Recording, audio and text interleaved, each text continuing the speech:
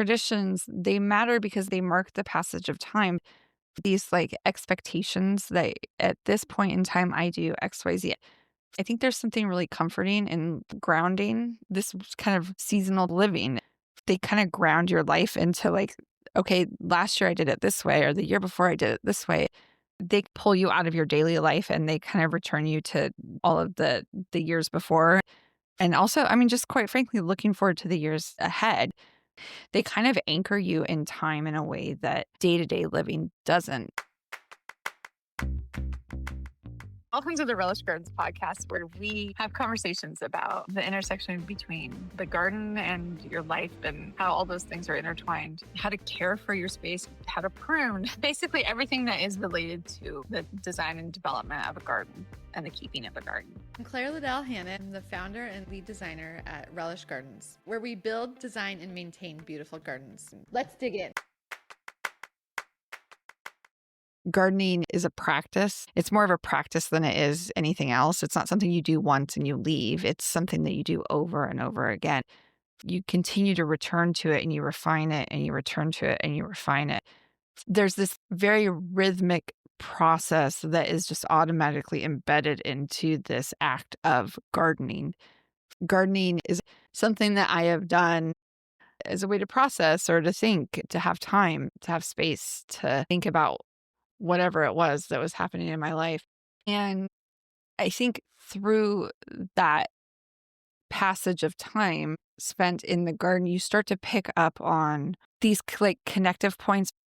The more gardening became part of my life, the more that I started to notice these markers and these pinpoints in time that we return to. I think as my kids got a little bit older, I kind of started to incorporate a lot of these traditions intentionally because I wanted my kids to have this like really strong pull back to certain times of their lives.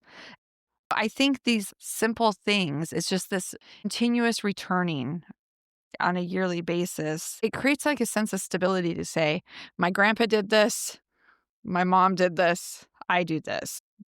That kind of repetition through time is very grounding. What I found for me is that being very intentional about the kind of things I let into my life, I feel like when I'm kind of like off, it's usually because I've allowed the busyness of life to kind of interfere with these kind of rhythms. And instead of taking a minute to kind of like slow down and inspect, I'm rushing past things. It's a very delicate balance because this time of year can be really hectic and really busy. It can become really overwhelming.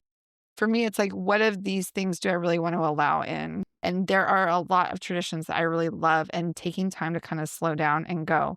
These are the ones that get to stay, allows me to kind of delve into those a little bit deeper or to be able to be relaxed in those moments rather than being rushed through the next thing, the next thing, the next thing. And I mean, it's always a push and pull for me. I love to do a lot of things. And so I'm always trying to fit everything that I can into my life. It's this balancing act of like, okay, does this actually fit? Just like our gardens. It's like, does it all fit? And sometimes it really doesn't. I absolutely love going to cut down a Christmas tree.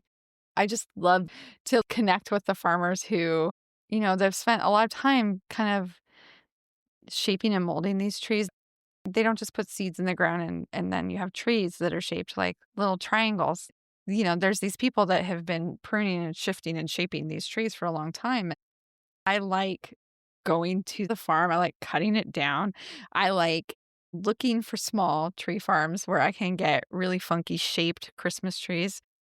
I especially have like a real fondness for misshapen Christmas trees. Every year I get my pruners out. I prune my Christmas trees. It's funny because I have a big window and outside of it are giant conifers. And then I have this like squat tree inside backlit by these giant trees. But I love the act of bringing the outdoors in and getting my pruners out, shaping my tree. I love that. It's just kind of like a creative act. I love the process of decorating a Christmas tree. I love the act of doing it with family when available. I love everything there is about that. I think sometimes that can become a very stressful thing. when my kids were little, it was something that we ended up splitting into 3 days because, the whole like, I got to hurry. I got to go get the Christmas tree. I got to put the lights on it and I have to have it decorated all on the same day. That's a lot to do this time of year. And so I'd break it up and go get the Christmas tree on one day. And then the next day I'd put the lights on it. And then the next day we would do the decorating. And so it was figuring out ways to take this one tradition and stretching it over a period of time so that it wasn't this completely stressful situation and that we could kind of enjoy it in a way that I think was hard to do when it was just shoved into one day. This year looks a little bit different and I'm kind of like breaking with tradition a little bit. I have all of these dried seed heads and different things like that. And so I've been trying to think, well, how do I really want to use it? I just kind of had this idea of using it instead of using all of the ornaments that we have before. One of the things my mom did, she would cut up lemons or oranges or different things like that, and she'd put them on the stove and then just kind of like let that simmer with cinnamon and some of the greens of the tree. And I love that like scent. It smells like winter. Sometimes these things are just for us. I still think it's valuable. It's really about that process of doing it just for the sake of doing it. It's like you're gardening just because it makes you happy because you get to enjoy the process of the doing rather than the accomplishment of the things. So much of the work in the garden right now is it's kind of the physicality of like, it's a very physical time in the garden because we're kind of putting these spaces to bed.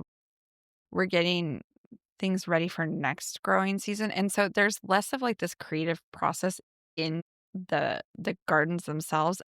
I think that process of bringing a lot of these things inside is where we're getting this kind of creative outlet from our gardens. That creative work is not really necessarily happening outside right now. It's happening inside our homes.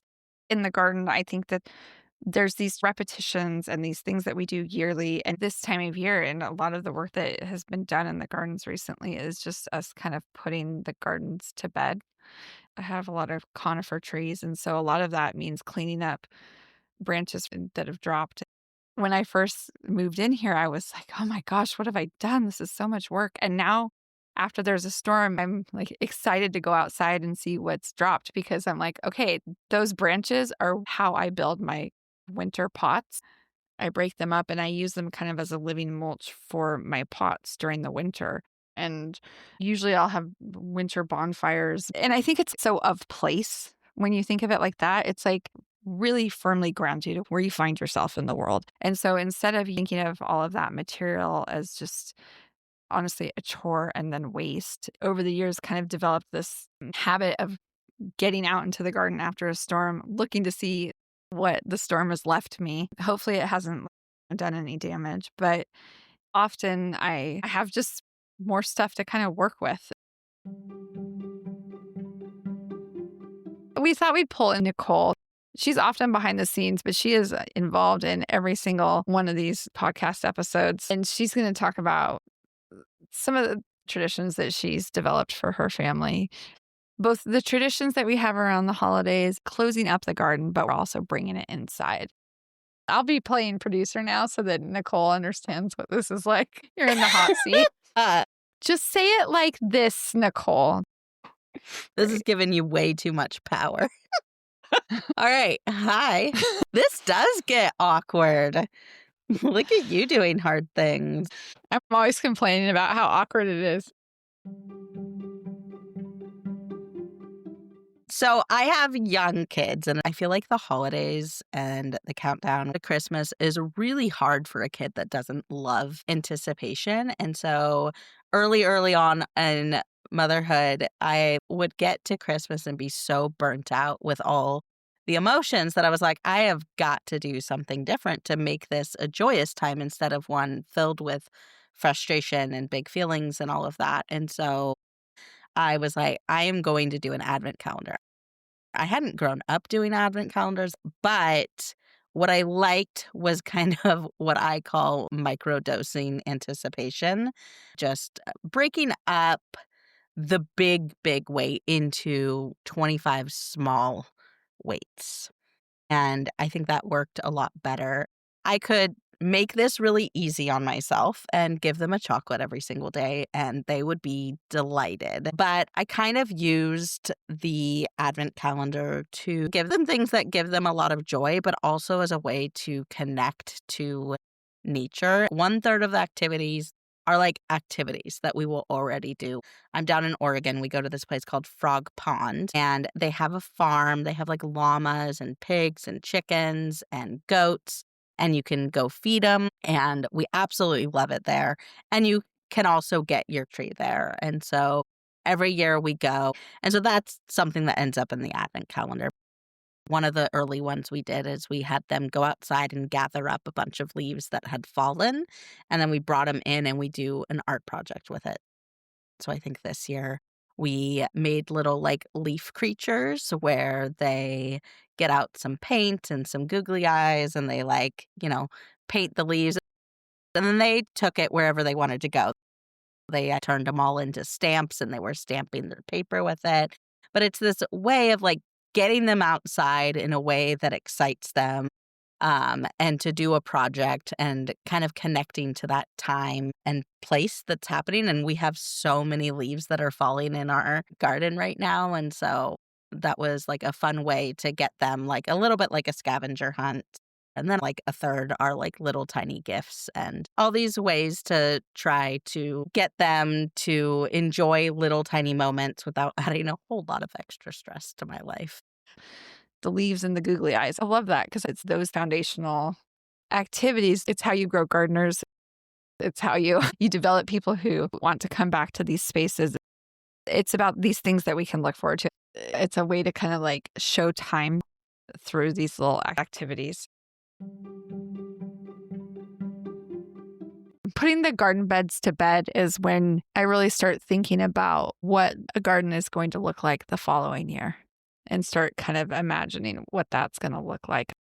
I have my list of things that are going to need to get done in the spring, but it's really about just kind of coming to this place of anticipation for the following season. Full circle. Do you feel like that? I feel like when I'm putting the garden to bed, it's very reflective of what the year was and what it could be. And I feel like so many things in my life are just this constant stream. Yeah, it's a Yeah. definer. It's those markers that kind of punctuate the garden season. The act of doing it allows you to kind of reflect on the year previously, but anticipate the future in the same kind of breath. Putting the gardens to bed is kind of just like a marker for the end of a growing season. It's that turning point to next year. And then looking forward to what is going to come when my vegetable beds were in full production. A lot of what I'd be doing is kind of mulching over those beds. I tried doing some of the cover crops, and I kind of just found it to be a lot of work in the spring. And it felt like it slowed me down on kind of restarting my beds. And so I really kind of just started adopting the Charles Dowding way of no-dig gardening in my vegetable beds. For me, that's my favorite way of maintaining my vegetable beds because felt like it was less work. And I felt like I was like not disturbing the soil as much. But a lot of it is just piling on the leaves. Sometimes I'd even put a layer of cardboard down if I was having issues with a lot of weed growth. And then in the spring, just top dressing those garden beds with lime and compost before getting started. It's hard for me to like start getting into next year's garden because my dahlias are still going. Haven't even gotten a killing frost yet. That's wild. It's so weird. Yeah, there's asters that are still blooming on some properties. And like, go to bed. Stop. Why are you awake? That's wild. There's some really grounding things about returning to the same rhythms year after year. There's this like showing up for the season, showing up for yourself, and then the people around you. No matter what the activity is, it's this act of staying connected and this repetition through life. And so as we're kind of moving through winter, I hope this gives you an opportunity to kind of reflect on what those individual rhythms are and activities that you keep in your life and that you prioritize and that you value. Because it's those like small little things. I think it's funny because it's like we set out to talk about rhythms, and what we're really talking about is how these rhythms kind of inform life, and then how these rhythms kind of show time moving. And these kind of rituals that we have are kind of anchors through time. This episode didn't quite go the way that we thought it was going to go. And but I like where it went. If you want more ideas about connecting to your garden this winter, we've linked a free garden guide in with show notes. That's it for today's episode of the Relish Gardens podcast. If you love this conversation, make sure to subscribe. We've got new episodes every week. And if you know a gardening friend who'd love this, send it their way. Sharing the show helps grow our little garden loving community. Until next time, I hope you find something in your garden to truly relish.